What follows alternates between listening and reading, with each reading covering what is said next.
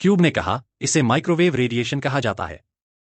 जब तक तुम इसे महसूस करने की कोशिश करोगे, तुम्हें आसानी होगी इस रेयन के अंदर रखे गए हर ऑब्जेक्ट को देखने के लिए, लेकिन यह कोई आम देखने का तरीका नहीं था।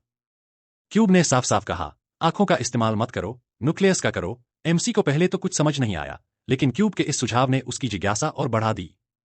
क्यूब ने कहा, अगर तुम वैसे करोगे जैसा मैंने कहा है, तो तुम 15 मीटर के रेडियस में कुछ भी देख सकोगे, बिल्कुल आसानी से। एमसी ने क्यूब की बात मानी और धीरे धीरे अपनी सोच को उस दिशा में मोड़ना शुरू किया।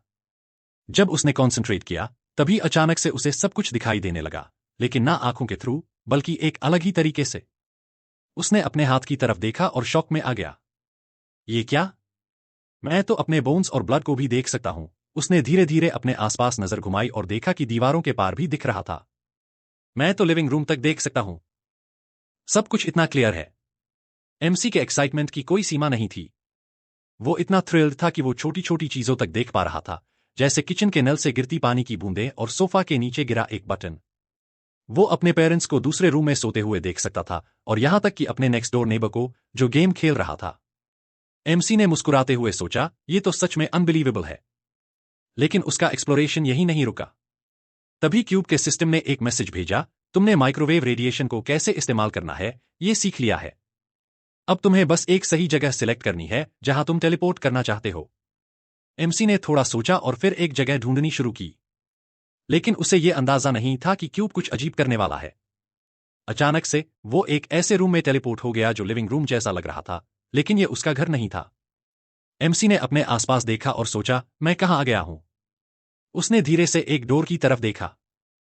दरवाजे के पीछे एक लड़की नहा रही थी। एमसी एकदम शॉक में आ गया। तभी उस लड़की ने चिल्लाकर कहा, क्या उलू, क्या तुम मुझे लिविंग रूम में पड़ा टॉवल दे सकती हो? एमसी ने एकदम रियलाइज किया, ये तो मेरे नीचे वाली लड़की का घर है, जो एक ऑफिस वर्कर है। उसने अपने आप से कहा, मुझे यहां से तुरंत निकलना चाहिए। लेकिन तभी वो नहा रही लड़की फिर से बोली, क्या तुम जल्दी कर सकती हो? दूसरी लड़की, जो किसी रूम में बैठी थी, बोली, ओके, एक सेकंड।